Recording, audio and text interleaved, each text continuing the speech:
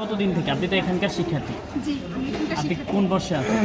আমি new second year Bangla. 215 দে ভাই এই পানি জমছে কতদিন? দুতলায় পানি হচ্ছে মেনলি গতকাল থেকে জমছে আর কি। গতকাল প্রশাসন চাইলে কি এটা সেচের ব্যবস্থা করতে পারতো না?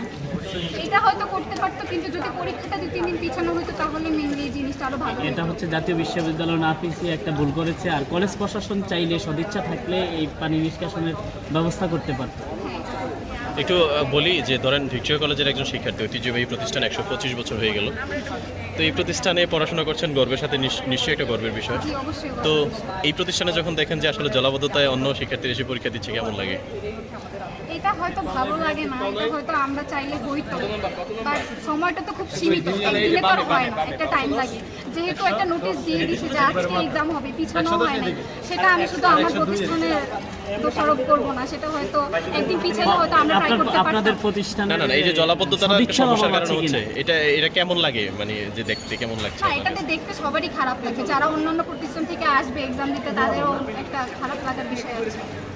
Thank you.